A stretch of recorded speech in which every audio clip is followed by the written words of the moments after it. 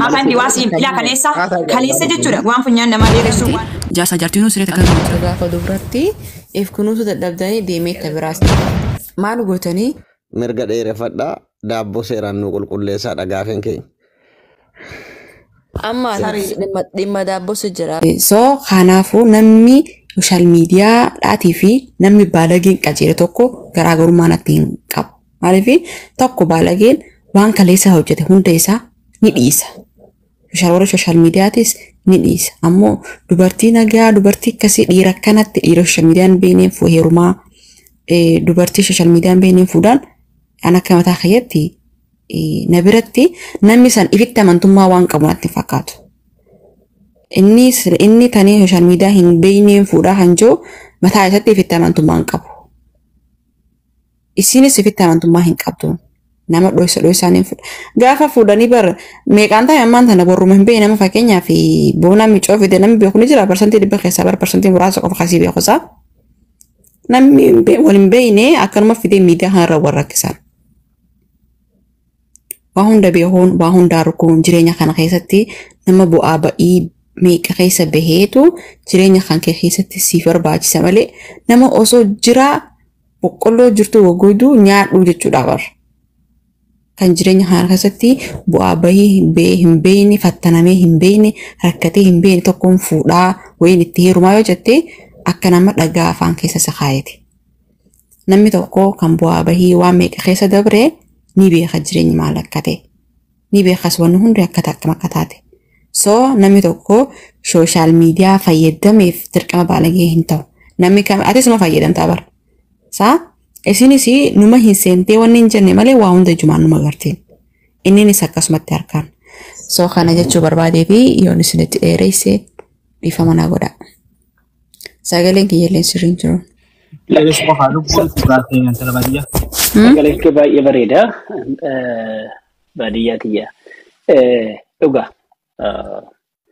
Tokkoffaa wanti Oromoo kun nama mararti beektu. Waan barbaadde yoo taateeti baay'ee in ready ta'e ishinis dhugaadhaan jaalala dhugaatii yoo waliin dhutaanaan ati filtarii godhattee ati beeksisa kee kana fakkaata ture jedhee miti dhugaan sin jedha iddoo waan barbaadde yoo ta'e jechuudha. Kanaafuu waliin sodaatinaa warri waliin fuudhin warri wal jaalattan waliin sodaatinaa immoo yaa Rabbii. Amantaa kamiin haa ta'u yaa Waaqayyoo yaa Rabbii jedhaniituma jireenya koo naa qajeeshii bulmaatii koo naa qajeeshii kana naaf baasii kan jaaladhu naaf godhii jetteetiin Rabbii kee Waaqa kee kadhatteet itti jalqabdaa sanaaf Rabbi moomatti sii guuta. Kanaafuu miidiyaan koominikeeshiniidhaaf nu gargaara. Maali dubartiin miidiyaa gubbaa jirtu eenyutu hin heerumtuun bultiidhaaf hin taanu kan jedhu yoo nama waan barbaade ta'e yoo ta'e malee. Oromiyaa khayyaa saratti waan takka natti siif guutaa. Jireenya kana keessatti jireenya kun dhiibbaan fedhu waan isa dhiibuun fedhu jireenya kun lolan fedhu. Killee lukkuu takka kursirra keessee ma kursii xarabeessaa wayirra yoo keessee hin teessu bara shirgagaattee kutti. Akkasi jireenya kun waan lafa irraa deemtee bororuu takkarra yoo keessee qilleensa deemtee cabxeen. So jireenya kun akkas jireenya kana keessatti dhiibbaan fedhu ma fakkeenyaaf yoo abbaan mana khiyyaa wayin jaalleen kiyya dhufe mee Facebook kan keessan wayin TikTok kan keessan yoo jee hin kan lolaa dhufa. Garuu yaa habiibtiiti yaa bareeduuti akkamiin jirtaa fayyaadha jee na sossobee bar akkanaa Facebook kan kenna kan nuyi dandeessa maaliif si kan dandeenya tabbaa mana kiyya gammachuun taati jechuun wanni takka. Malee jireenya kana keessa fidaniituma kokkeessi qabanii dhiisi waan kana jechuun hin danda'amu. Hin fayyadamne miidiyaa kana jaanii lubbuu wal dhiibachuun hin danda'amu. Waanuma fedhe yoo ta'e miidiyaa miti jaarsaa jaartiinuu siree takkarra wajjira fufuu dirqamni jiraannaan takkiin jaartii saalona bulaa takkiin jaarsaa saalona bula. Wal dhiibuu ta'a jechuudha. Saniifuu jaalala baradhaa. Okay, yaa boo mee dubbiin kun kun dubbiin social media kun waa hedduu farkaa qaba dhiifama ammallee itti deebi'ee amma inumaa filtarri kun waa hedduu takka balleessaa jira intaluma bareedduu as gubbatti ergine akkan jaalannu takka kun isii dullattiitillee maal akka fakkaattu fidee sammuu keessa nu kaayee jira nama sababa kanaan booda deebi'elleetu jira.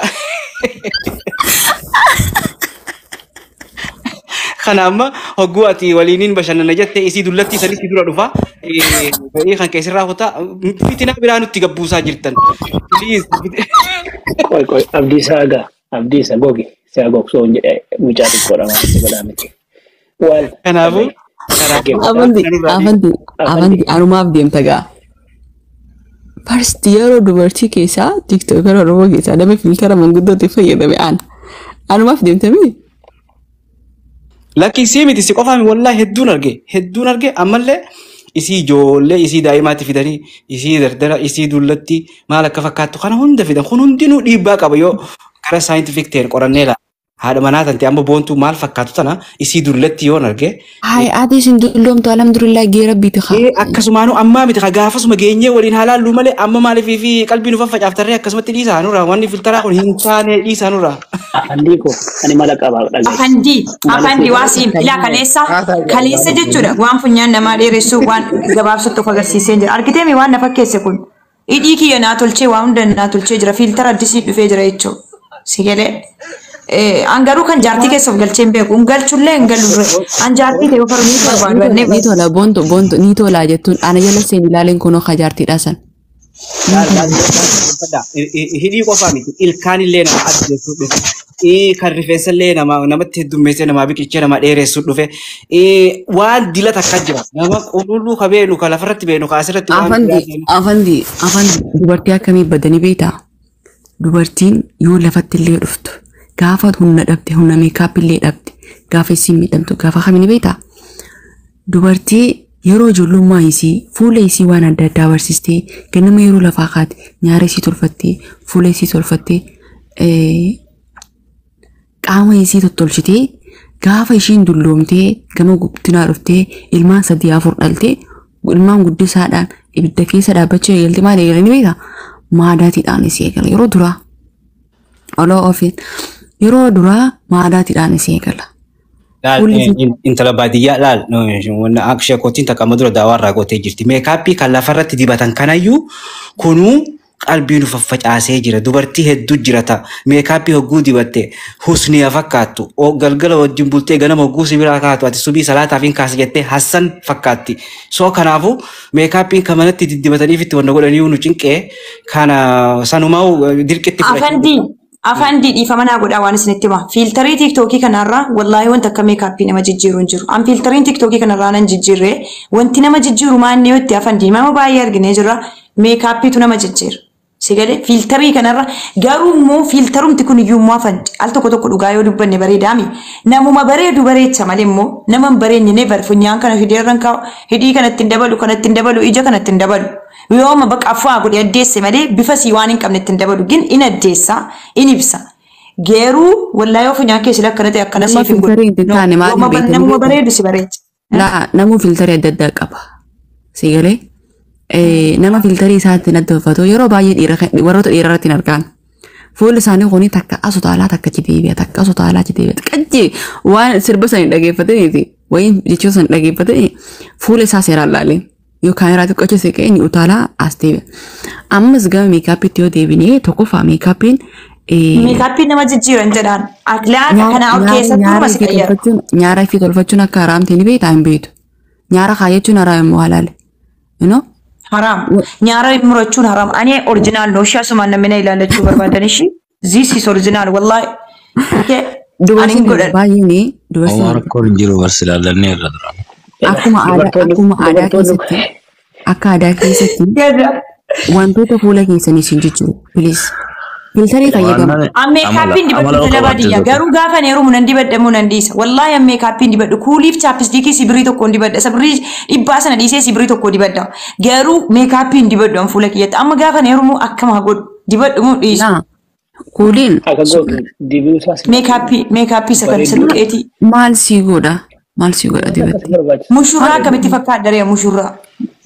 Maali meekaappii dibattee maqaan biiftuudhaan irraa jijjiiramamoo? Akka jedhan sheeka roobe yeroo dhaqanii dhungoo dhaqan jedhan daakuu irraa fudhattee deebiteedhan Allahu akbar jedhan.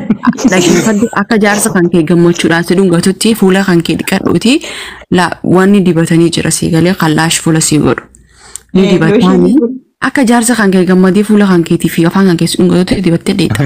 Maaltu darsee dibataa? Intala baadiyyaa jaarsi kiyya amma akkanaan nuna argaa raami gaafa sargii dirqama qeensallee rakkabadhee kana eenyu jedhee gaafa wayi intala baadiyyaa sargii wayi dhaqee beektaa qeensa rakkabadhee sila namni qeensa rakkabate akkamitti waa nyaata tokko akkamitti illee dhiqata lama namni qeensa rakkabatu sidaatii isaanii eeggata hidhee yaaduun dhiifamaa godhaati wallaahi wabillaahi. Akka Oromootis ta'ee akka amantas ta'ee qeensa nyaara kan kaayyatanii meekaappii aadaa Oromoo keessa hin jiru. Kuni aadaa ammayyaati waan ta'e.